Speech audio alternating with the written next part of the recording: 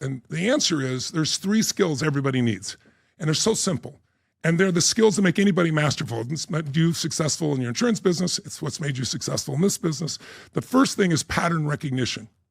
If you start recognizing patterns, fear disappears.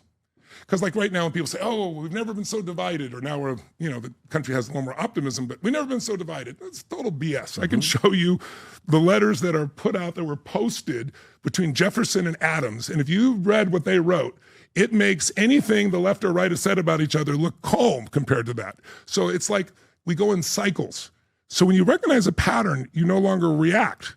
It's like losers react, leaders anticipate. Anticipation is power. So when you know the pattern, and that's what makes anybody great, they see the pattern. But what makes them really great is the second skill, when you learn to use the patterns. So if you and I look at anybody, you see somebody that's great in investing, and I've interviewed more than 50 of the very best in the world. The Ray Dalias, the Carl Icahns, the Warren Buffetts, all the best in private equity. And what you begin to see is there are certain patterns, even though they go about it differently, that are universal. If you sow the same seeds, you reap the same rewards. But they know how to use it. If you see somebody great in music or dance or a movie maker, they know where to move the camera, to move your emotion. They bring it in close, when to bring the music up, how to do it. They know it. That makes them masterful. But the third level skill is pattern creation. That's what you've begun to do. That's what I've begun to do. It's like when you learn to play a piano, most people learn someone else's patterns. You learn to see the patterns, recognize them, then you learn to use them.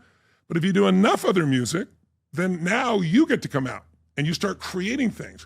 So I'm standing on the shoulders of all the people before me, as are you, because I learned so many things from them.